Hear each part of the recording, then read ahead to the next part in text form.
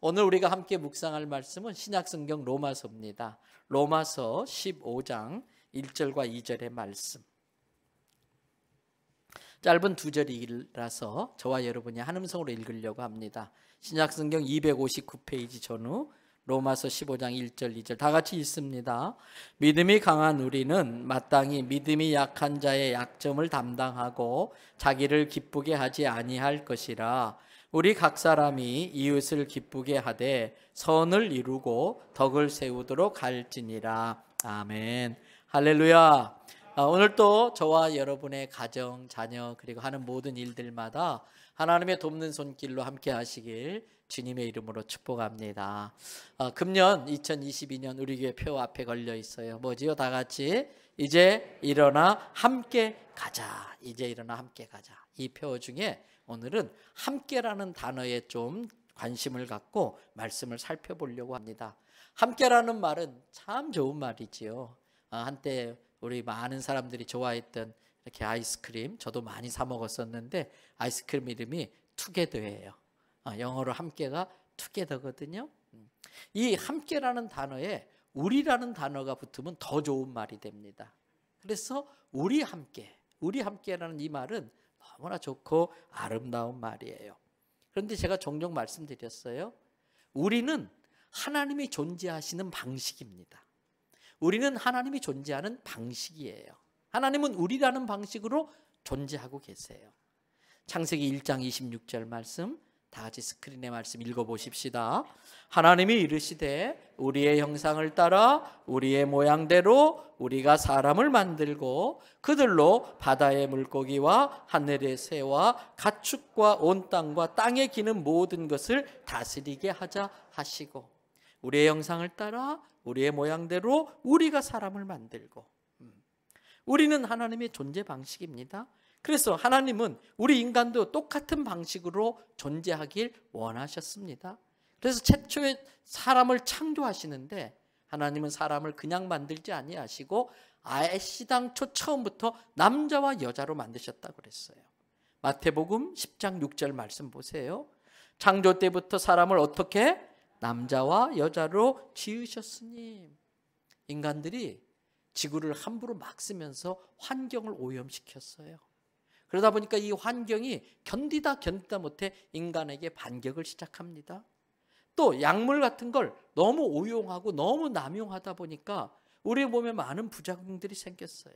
그래서 근본적으로는 하나님께서 잘 세상을 만들어 놨는데 인간들이 다 망가뜨려서 인간이 원인을 제공해가지고 아기들이 태어날 때에 종종 기형아이가 태어나기도 하고, 때로는 또 성적인 부분에 있어서 성적인 기능을 갖고 태어나는 사람들도 생기게 되었어요.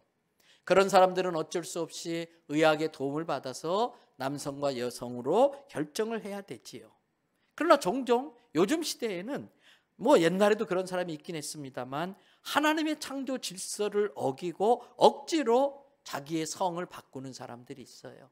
하나님이 남자로 태어나게 했는데 여성으로 바꿔버리고 여자로 태어나게 했는데 남성으로 바꿔버리는 사람들도 있어요. 여러분, 이것은 하나님의 창조 질서를 거역하는 일이 됩니다. 더 나아가서 남자와 남자, 여자와 여자가 부부가 되려는 동성애를 하는 사람들도 있어요. 이런 것도 역시 하나님이 정한 질서를, 창조 질서를 거역하는 것이 됩니다. 이런 일들로 인해서 우리 삶 가운데는 많은 힘든 일들이 생겨나고 있어요. 로마서 1장 27절에 이런 말씀이 있습니다. 그와 같이 남자들도 순리대로 여자 쓰기를 버리고, 남자와 여자가 정상적인 그런 부부 관계를 가져야 되는데 서로 향하여, 남자는 남자를 향하여 여자는 여자를 향하여 음욕이 불릴 듯하며 남자가 남자와 더불어 부끄러운 일을 행하여 그 부끄러운 일들이 하나님 볼 때에 그릇된 일이라서 그것에 상당한 보응을 그들 자신이 받게 되었다는 것입니다. 사랑하는 대원 선교회 성도 여러분, 환경 오염 등의 영향 등으로 태어날 때부터 그러한 성적 기형을 가지고 난 사람, 이러한 특별한 경우 외에는 모든 동성애는 선천적으로 그렇게 된 게 아닙니다. 환경과 문화와 여러 가지 그 시대의 풍조에 영향을 받아서 후천적으로 동성애에 빠지고 있는 것입니다. 우리는 그렇게 후천적으로 동성애에 빠지고 있는 사람들조차도 사랑하고 불쌍히 여기고 도와야 될 하나님의 자녀로 받아들여야 됩니다. 거기에서 빠져나오도록 도와줘야 됩니다. 그러나 동성애를 지지하거나 동성애를 인정하거나 동성애를 지지하는 정치인을 지지하는 일이 있어서는 안 됩니다. 그것은 하나님의 창조 질서에 어긋나서 우리 공동체를 깨트리는 일이 되기 때문에 그렇습니다. 이러한 것들로 인해서 지금 이 사회가 얼마나 많은 갈등을 겪고 있는지 모릅니다. 더군다나 정치인들은 입만 열면은 인구 문제가 심각하다, 인구 절벽이다, 이런 이야기를 해요. 여러분, 우리나라가 인구 문제가 얼마나 심각하냐면 그전에는 경제개발국 이렇게 몇 위 안에 드는 걸로 이루어진 OECD 국가 중에 출산율이 최저라고 이렇게 안타까워했어요. 근데 이번에 발표된 통계를 보니까 전 세계를 통틀어서 출산율이 가장 낮은 나라가 대한민국이에요. 여러분, 두 사람이 만나서 둘을 낳아야 본전이에요. 두 사람이 만나서 둘을 낳아야 본전이에요. 근데 요즘은 두 사람이 하나 낳는 경우가 일반이고요. 우리나라 올해 발표된 인구 출산율, 지난번 우리 출산율이 0.82명이에요, 대한민국이. 그러면 한 가정에서 한 명도 채 못 난다는 거예요. 안 낳는 가정들이 많다는 거예요. 아이 키우기 힘들고 자기 자신의 어떤 인생을 사는데 좀 걸림이 되니까 그냥 쉽게 대할 수 있는 반려견, 반려묘 이런 걸로 대리 만족하면서 자녀를 안 낳는 풍토들이 많은 사람들에게 있어요. 게다가 여러분, 동성애가 일반화되면 어떻게 되나요? 인구 감소는 급격하게 진행되면서 나라의 미래가 없는 거예요. 그런 점에서라도 이러한 동성애 이런 것들은 우리가 지지하거나 인정하거나 수용할 수가 없어요. 그건 하나님의 뜻이 아니에요. 곁들여서 말씀드린다면 같은 법이 이 법과 함께 지금 국회에서 통과시키려고 하는 것 중에 하나가 차별금지법이 있어요. 이름이 너무 좋아요. 차별하면 안 돼요. 차별금지는 옳은 일이에요. 그래서 이 차별금지법 안에는 좋은 요소들이 있어요. 그건 꼭 그렇게 해야 돼요. 차별하면 안 돼요. 근데 그 좋은 요소 안에 살짝 집어넣은 독소 조항들이 있어요. 그 독소 조항은 이 나라에 예를 들면 이슬람 같은 세력들이 무차별로 들어올 수 있도록 법적으로 보장받는 그러한 것들이 지금 국회에서 통과되려고 하고 있어요. 이슬람은 역사적으로 여러분들이 다 배웠을 거예요. 들어올 때는 양으로 들어옵니다. 평화를 위장해서 들어옵니다. 엄청난 $5 재정을 가지고 밀고 들어옵니다. 그래서 어느 정도 인구가 확보되어지면 본색이 드러나는데 그때부터 무서운 늑대로 변합니다. 테러를 마음대로 자행합니다. 대부분의 이슬람은 좋은 사람들입니다. 참 친절하고요. 우리가 가면 얼마나 여행을 가면 잘 대해주는지 몰라요. 그러나 극단적인 일부 이슬람들이 그들을 다 휘어잡고 있고 또 이슬람 교리, 코란 자체가 비인간적이고 비도덕적인 것들로 너무나 많이 들어있어요.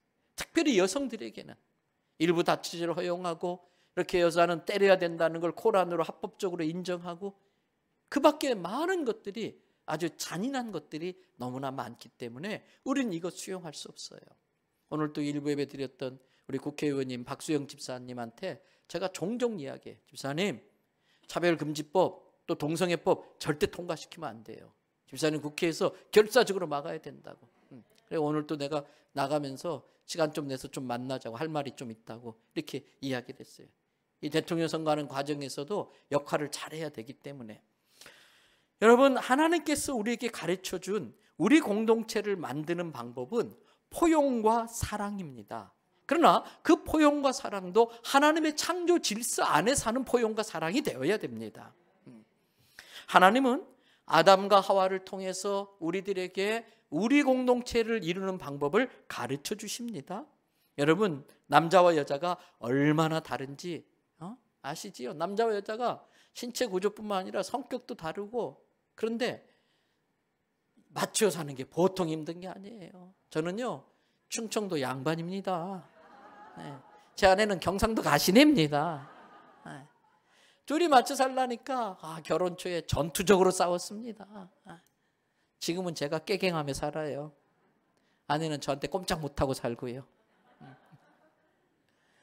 오죽했으면 시중에 나온 책 중에 제가 여러분들에게 강력히 추천해요. 결혼 예비자 교육할 때 제가 이 책은 꼭 읽고 결혼식에 와야 된다, 아주 숙제로 내주는 책이에요.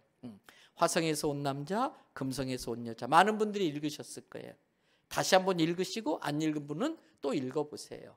오죽 남자와 여자가 다르면은 화성이라는 별에서 남자는 30년 가까이 살았어요. 금성이라는 별에서 여자는 따로 살았어요.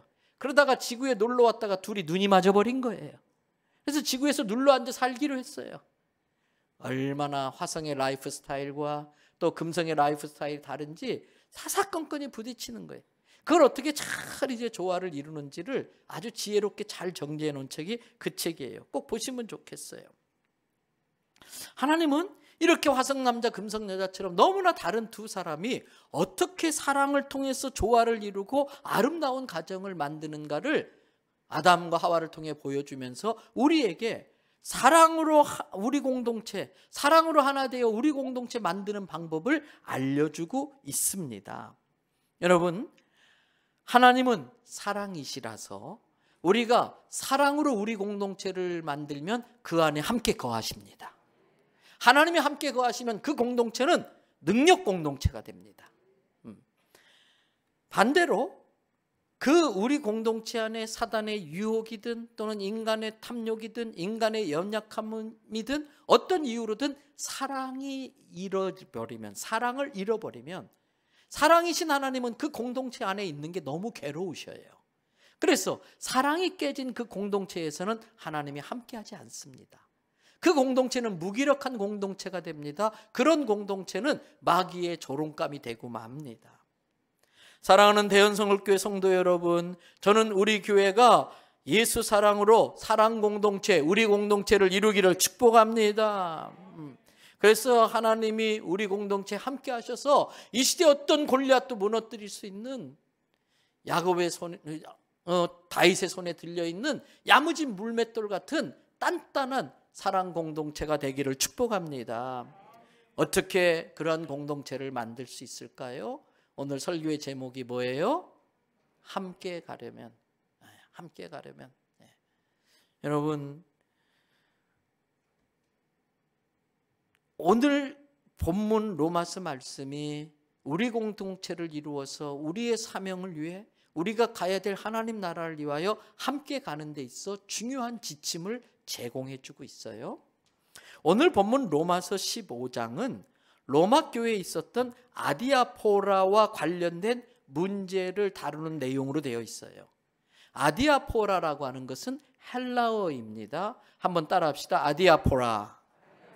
이 아디아포라라는 단어는 아디아포로스라고 하는 단어에서 파생되어 나왔는데, 아디아포로스라고 하는 이 헬라어는 아무래도 좋은, 아무렇게 해도 좋은, 또는 어느 한쪽으로 치우치지 않는, 또는 관심을 두지 않는 그런 의미의 단어예요.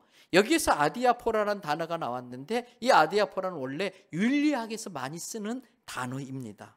근데 이것이 신학적인 용어로 들어올 때는 어떤 개념을 가지냐면, 성경에는 어떤 일들은 해라, 어떤 일은 하지 마라 정확히 규정되어 있는 것들이 있습니다. 그것은 하라는 거 순종하면 돼요.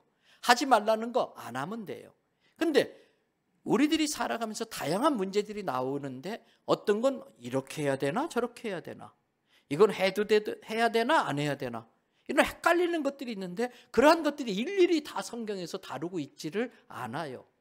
그래서 어떤 사람은 이렇게 하자 저렇게 하자, 해도 된다 하면 안 된다, 이러한 갈등이 생기는 거, 이거를 아디아포라 문제라고 이야기를 합니다.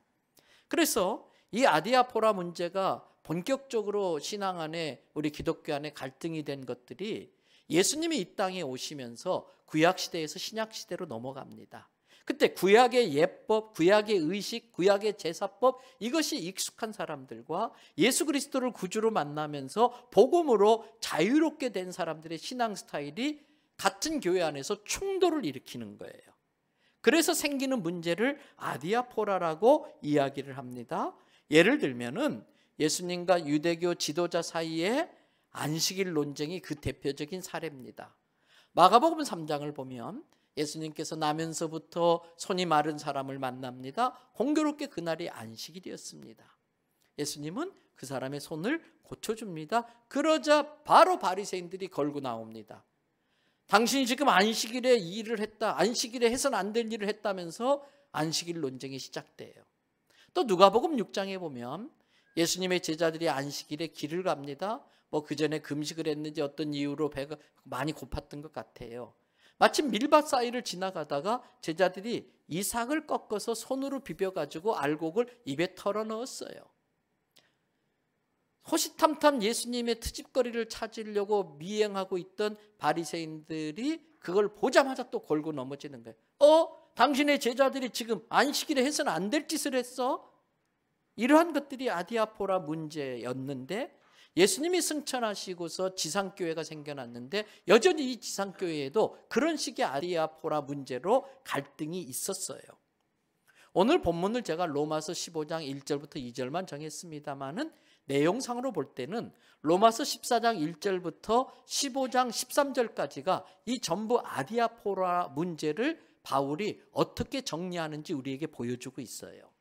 로마 교회에는 두 가지 대표적인 아디아포라 문제가 있었는데 첫째는 절기를 지키는 문제입니다.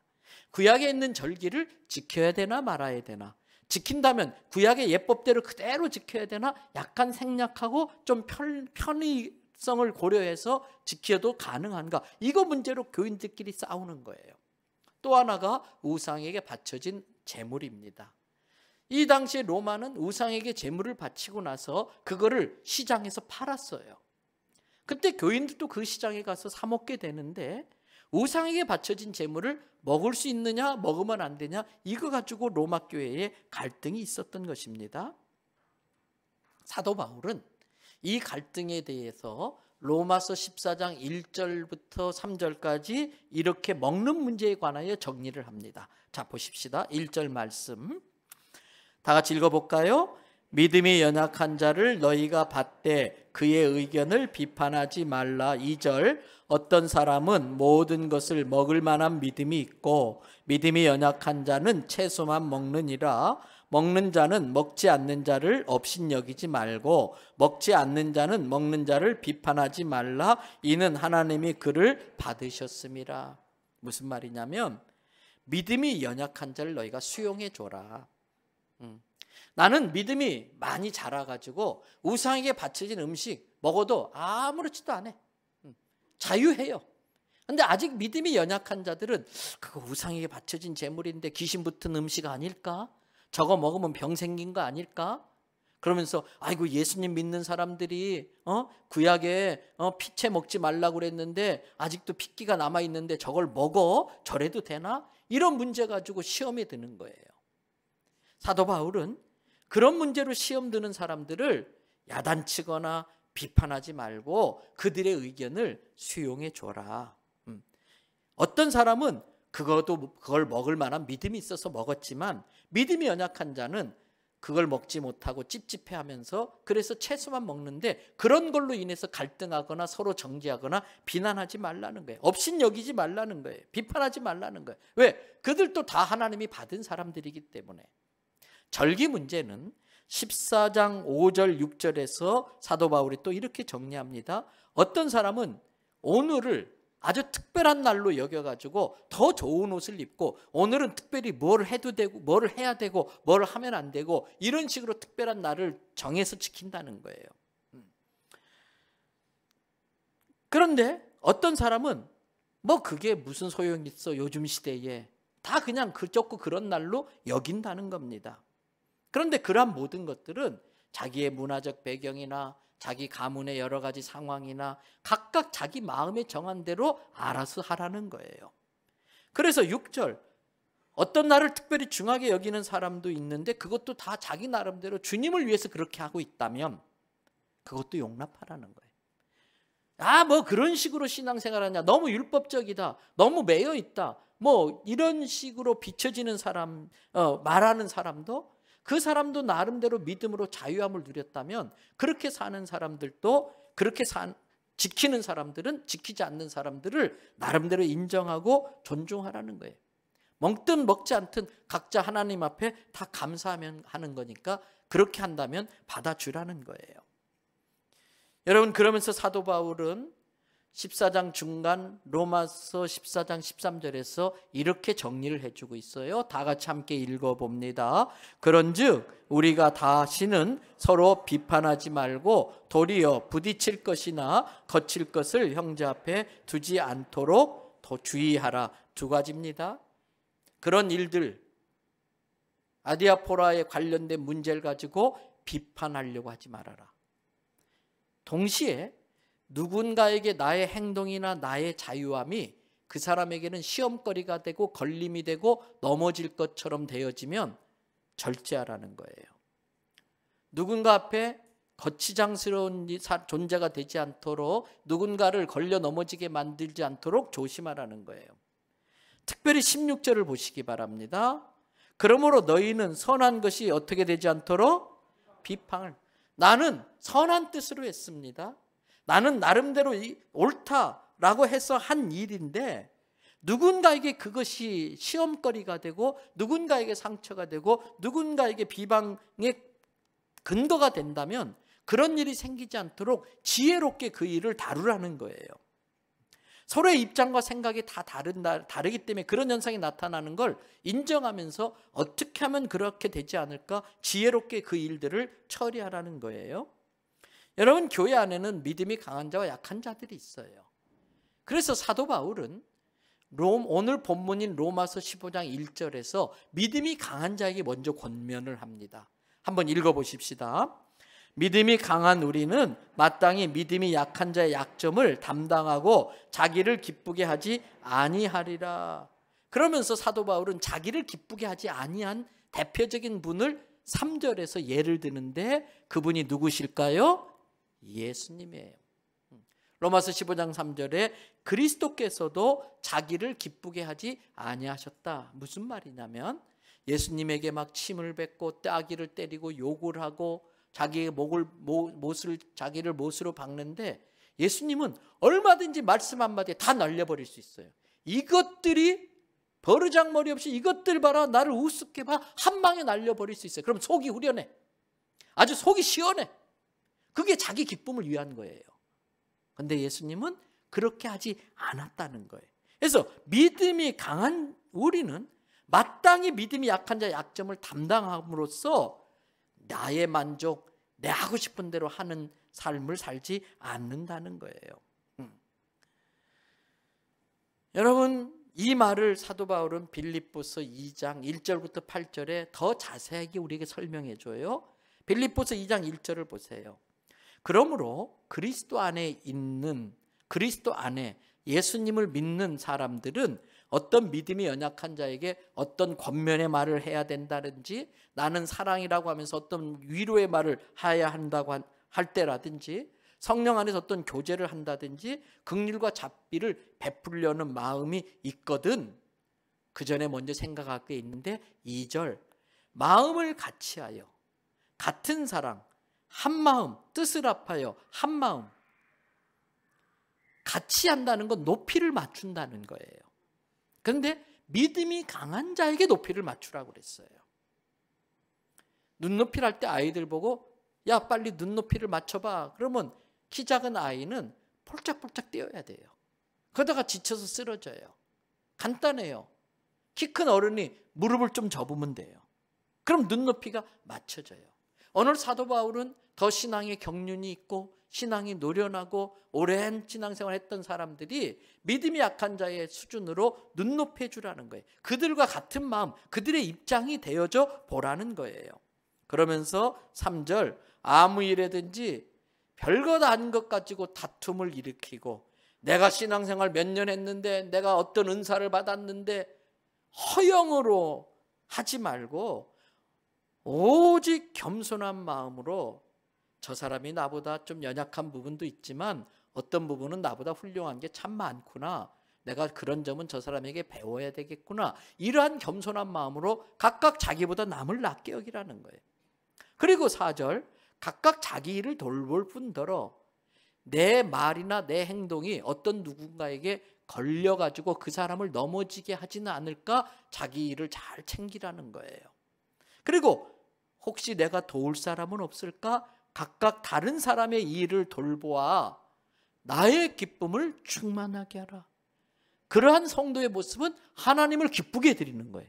물론 오늘 본문은 나의 기쁨이라는 건 사도 바울이니까 이 말은 그런 성도들의 모습이 목회자도 기쁘게 해준다는 것입니다. 그렇게 되려면 방법이 있는데 우리가 잘 아는 말씀 5절이에요. 5절 말씀 다 읽어보십시다. 너희 안에 이 마음을 품으라. 곧 그리스도의 예수의 마음이니. 믿음이 약한 자나 믿음이 강한 자나 품어야 될 같은 마음이 있다면 예수 그리스도의 마음이에요.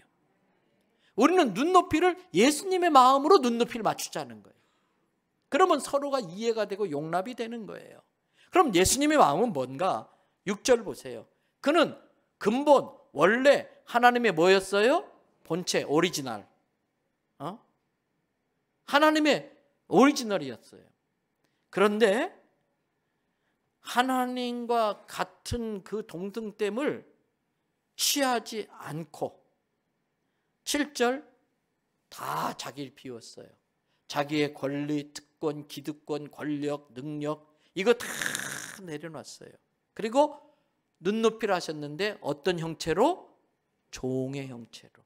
섬기는 종의 형체로 눈높이 하시고 사람들과 같이 되셨다는 거예요.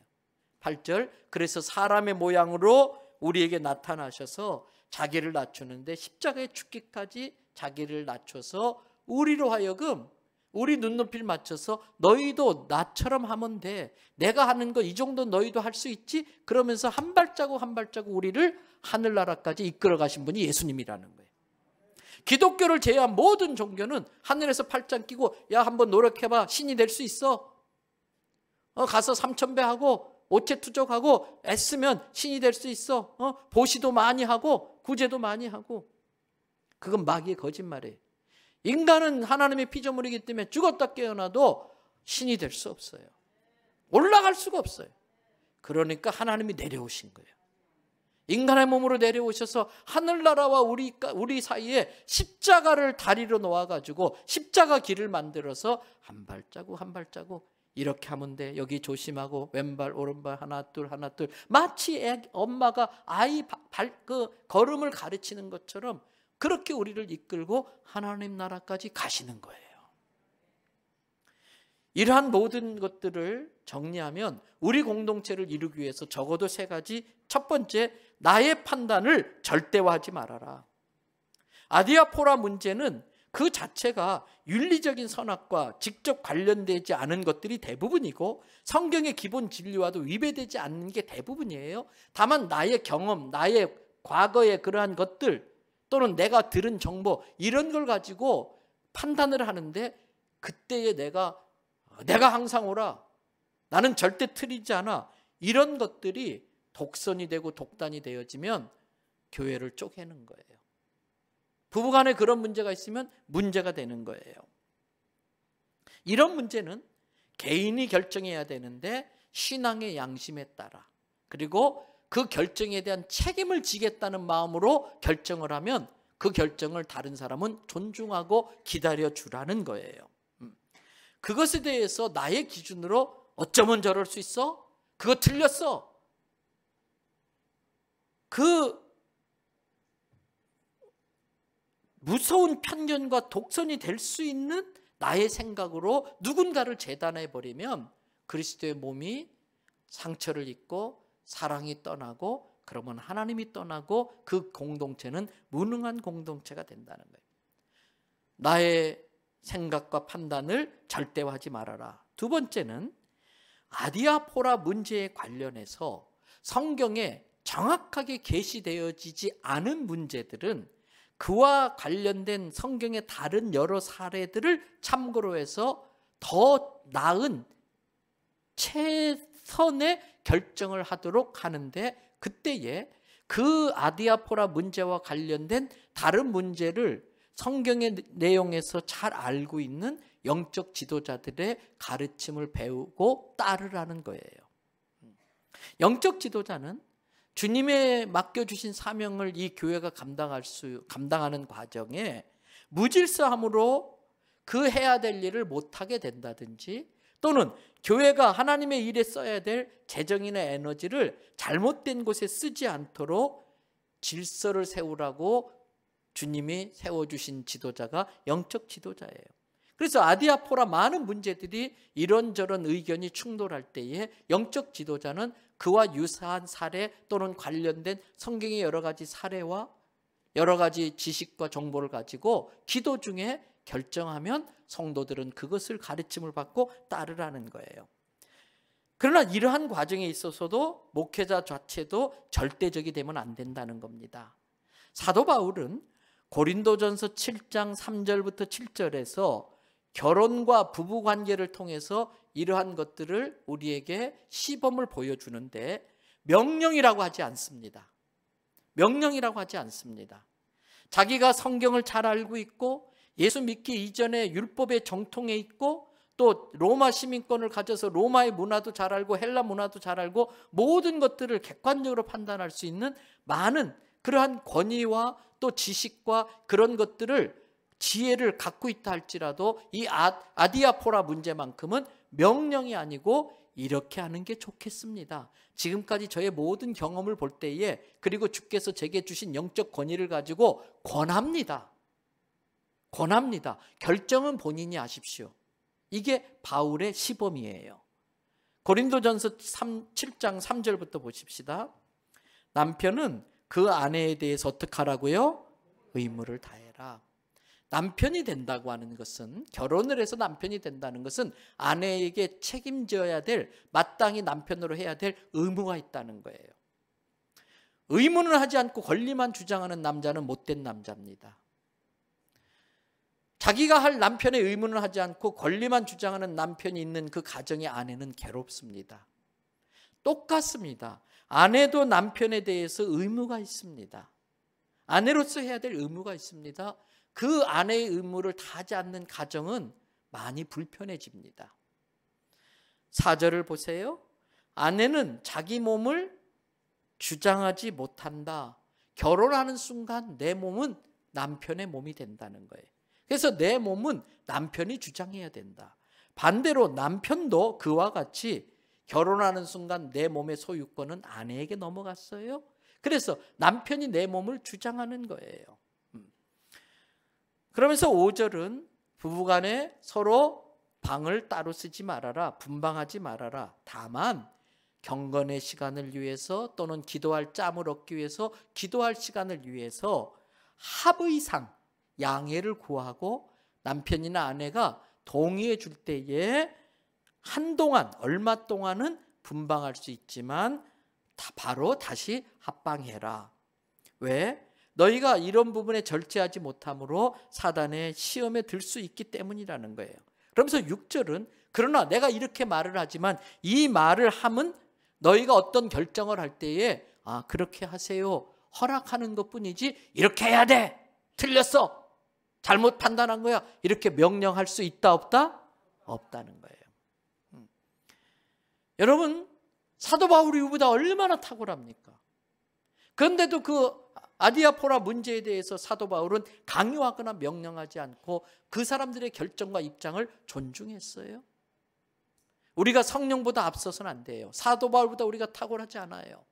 그런데 우리는 교회 공동체 안에서 내 입장, 내 기준, 내 정치적 사고, 내 정치적 이념 이런 것들로 서로를 비난하고 비판하고 정죄하면 그 공동체는 깨져요. 그 공동체는 하나님의 사랑을 놓치고 말아요. 그럼 하나님이 그곳에 함께하지 않아요. 우리는 어떤 정치적 이념 때문이 아니라 성경의 가르침에 어긋났기 때문에 반대는 반대하고 지지는 지지하는 것뿐이지 성경의 가치관 때문에 그렇게 할 수는 있지만 다른 것 때문에 사도 바울조차도 권하지 명령하지 않았어요. 그러면서 7절에 사도 바울은 나는 모든 사람이 나와 같이 되기를 원한다. 이 당시만 해도 예수님 곧 오시는 재림의 사상이 팡배했었어요. 그래서 가정을 이룰 때는 주님의 일을 하는데 또 여러 가지 걸리는 게 있고 또 곧 재림 예수님이 오실 텐데 차라리 안 하는 게 낫겠다. 그래서 사도 바울은 자기의 사명을 위해 결혼 안 했어요. 모든 사람이 나와 같은 마음으로 주님의 일을 더 헌신하면 좋겠다. 이건 목회자의 마음이었어요. 그러나 7절에 뒤에 뭐라고 그랬느냐? 그러나 각각 하나님께 받은 자기의 은사가 있기 때문에 이 사람은 이래서 결혼하고 저 사람은 저래서 결혼하고 결혼하지 않고 이런 것들에 대해서 서로 존중할 것을 이야기하고 있어요. 세 번째로 아디아포라 문제를 다룸에 있어서 바울이 우리에게 권하는 것은 건덕과 화평입니다. 이 문제가 하나님의 영광을 가리고 교회의 덕이 되지 않아서 교회 공동체가 욕을 먹는다? 그러면 욕을 먹을 수 있지 않을까? 이게 결정의 중요한 요인이라는 거예요. 두 번째가 화평을 깨트리는 일이라면 그 결정은 신중해야 돼요. 가정의 화평을 깨트리는 문제를 남편이 끝까지 고집부려서는 안 돼요. 아내의 마음을 다치게 하면서까지 또는 남편을 힘들게 하면서까지 아내가 고집부려서는 안 돼요. 자녀들이 있는데 자녀들에게 덕이 되지 않는 것으로 자녀들의 평생의 아픔을 주면 안 돼요. 그래서 건덕과 화평의 문제가 이 결정의 중요한 요인이 된다는 것입니다. 이것에 대해서 사도 바울은 고린도전서 6장 12절에서 이렇게 말해요. 우리 다 같이 함께 읽겠습니다. 모든 것이 내게 가하나 다 유익한 것이 아니요 모든 것이 내게 가하나 내가 무엇에든지 얽매이지 아니하니라. 그러면서 사도 바울은 로마서 14장 17절 18절에서 하나님의 나라는 내가 먹고 싶은 거 먹고 마시고 싶은 거 마시고 내 마음대로 하는 데 있는 게 아니다. 성령님에 사로잡혀서 성령 안에서 그것이 하나님의 의를 손상시킨다면 아무리 먹고 싶어도 스탑. 하나님의 의를 드러내는 것이라면 아무리 힘들어도 끝까지 하고, 그것이 하나님과 나 사이의 평강을 깨뜨리고 부부간의 평강을 깨뜨리고 교회 공동체 안의 평강을 깨뜨리는 일이라면 절제하라는 거예요. 절제는 성숙한 성도만이 할 수 있는 최고의 가치 중에 하나예요. 많은 성품 중에 마지막에 있는 것 중에 하나가 절제예요. 그래서 하나님의 의를 깨뜨리고 평강을 깨뜨리고 희락을 깨뜨리면 모두가 즐거워해야 되는데 누군가는 마음이 힘들고 기쁘지 않아. 그러면 신중히 고려하라는 거예요. 하나님 나라는 의와 평강과 희락인데 이게 깨지면 하나님 나라가 깨지는 거기 때문에. 그래서 18절에 그렇게 함으로써 그리스도를 섬기는 자는 누구를 기쁘게 하고 하나님을 기쁘게 하고 사람에게도 칭찬받아야 된다. 교회의 수준은 세상 것보다도 탁월해야 돼. 이 세상에 하지 못하는 걸 교회는 하니까 사람들이 볼 때에 참 대단하다. 예수 믿으면 저렇게 되는구나. 세상 사람들로부터 칭찬받게 하고 그것이 하나님을 기쁘게 하는 일이 되어야 한다는 거예요. 이제 말씀 마칩니다. 올해 표 이제 일어나 함께 가자는 구호로 그치면 안 됩니다. 나의 생각과 나의 말과 나의 행동을 구체적으로 디테일하게 변화시키는 에너지로 작용해야 됩니다. 그래서 여전히 코로나가 있는 이 상황 속에서 우리 대연성결교회만큼은 예수 사랑으로 똘똘 뭉치는 우리 함께 가는 공동체가 되어져서 이 시대의 타락한 문화, 동성애 차별금지법 이런 것들과 맞서 싸우는 우리 교회 되기를 바랍니다. 여러분, 그렇게 되기 위해서는 오늘 앞에서 암송했던 베드로전서 5장 5절 6절의 말씀이 우리에게 중요한 교훈을 주고 있습니다. 다 같이 함께 읽어봅니다.